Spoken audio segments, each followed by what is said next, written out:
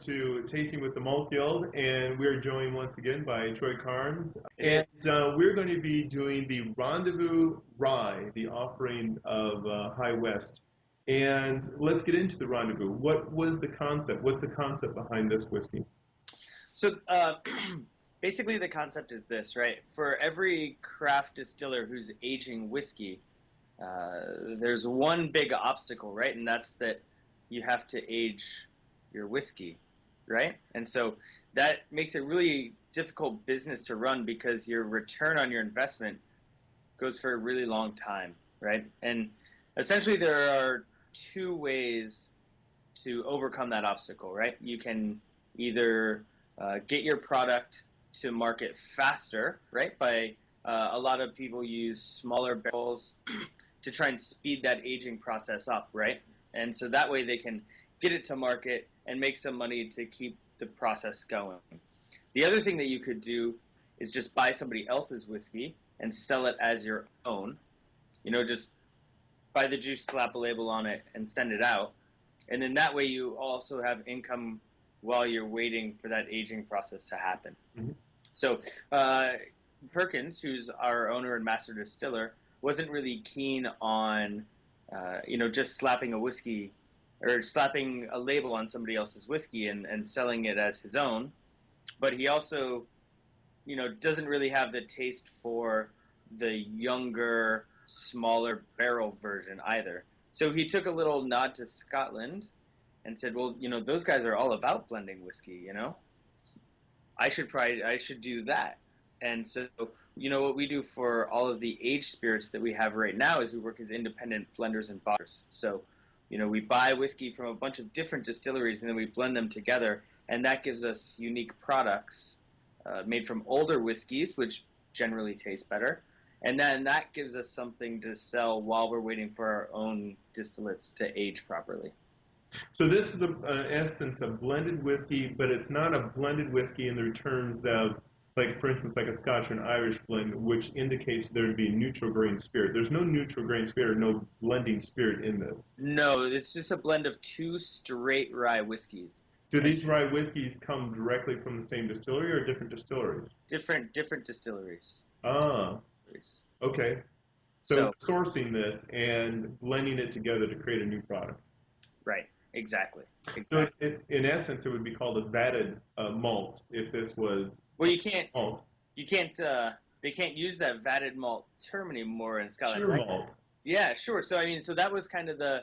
The Scots are really smart, right? And they knew that people have this idea about the word blend, and blend equals bad.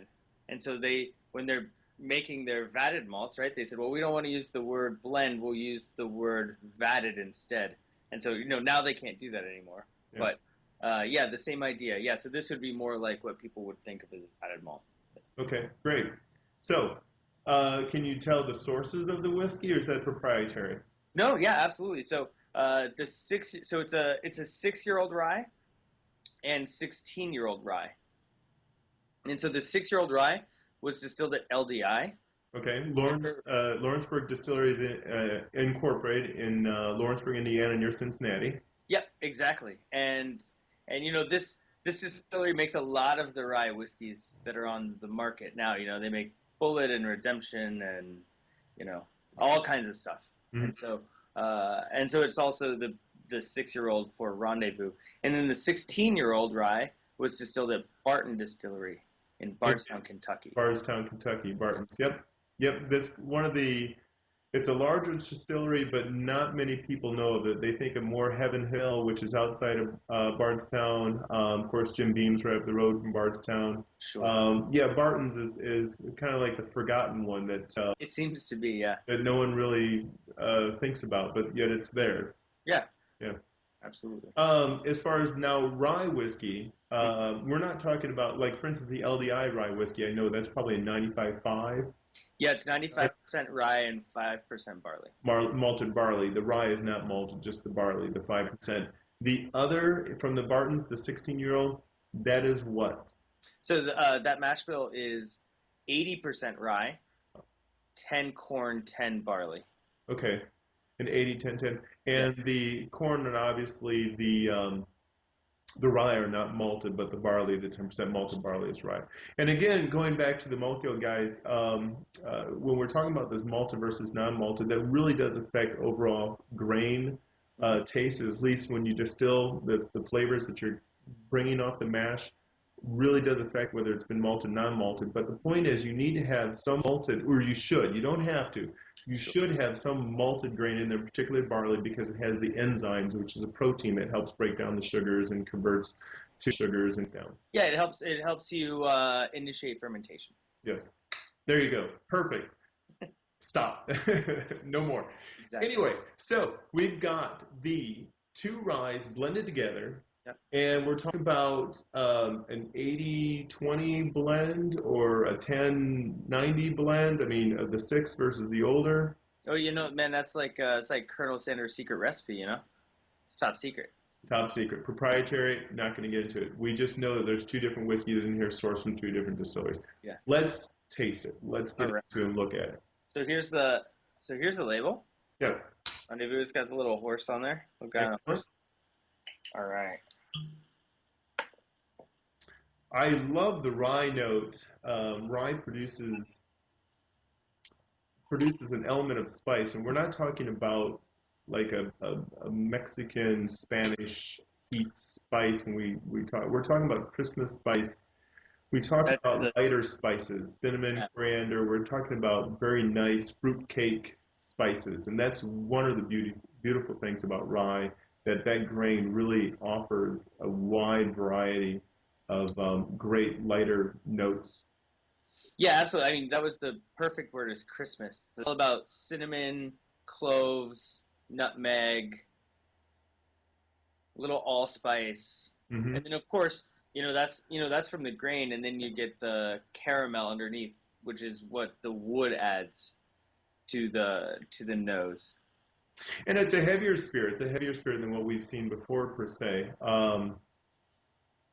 Just looking at the color, and it's just it's robust. It's a pleasant color. You're really preparing yourself for a really nice experience. I think this gives you, that nice experience. Yeah, absolutely. And the other thing that I like about Rendezvous is it's really complex on the nose. You get all of those hallmark rye characteristics. Like you said, all the Christmas spices. There's also some really interesting secondary characteristics, like it's a little bit of dill, and it smells a little bit like a pickle. I've had people say cilantro as well. I don't get it, when people say it, I'm like, oh, a little cilantro, yeah, but the dill, I pick up all the way. How many different versions have you bottled so far with Rendezvous? Oh, great question. I don't know, I can't answer that question accurately.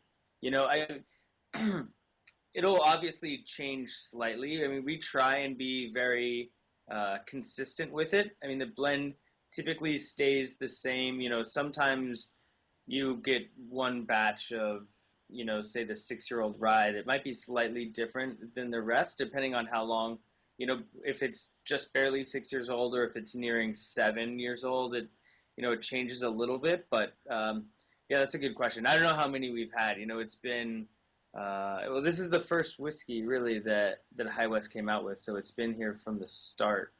And I don't know how many batches exactly. How long High West has been around for? Maybe 6-7 years now? Yeah, so technically started in 2004. Okay. But didn't really make or sell anything until 2007, because building the restaurant and the distillery and everything like that took a long time. So I guess 2007 before we really started making anything. And then there's a lot of time for experimentation, like getting, figuring out exactly what we want the flavor profile to be like and things like that. So, One of the reasons why I asked as far as the versions, I don't get dill. Oh, no? Fair enough. I didn't for a long time, and then I went to New York, and like 5 people in a row in different places all said, oh man, it smells like a pickle. And then when they said it, I was like, God, you're right. And now every time I smell it.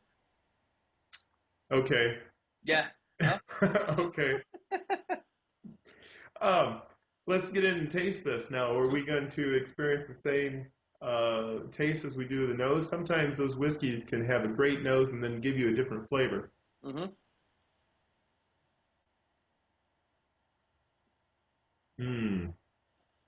Again, going back to the Christmas, going back to the Yeah. wonderful, this spice, but be careful with that word spice, but that really great, like you mentioned, cinnamon and Yeah. Christmas, it reminds me of the holidays.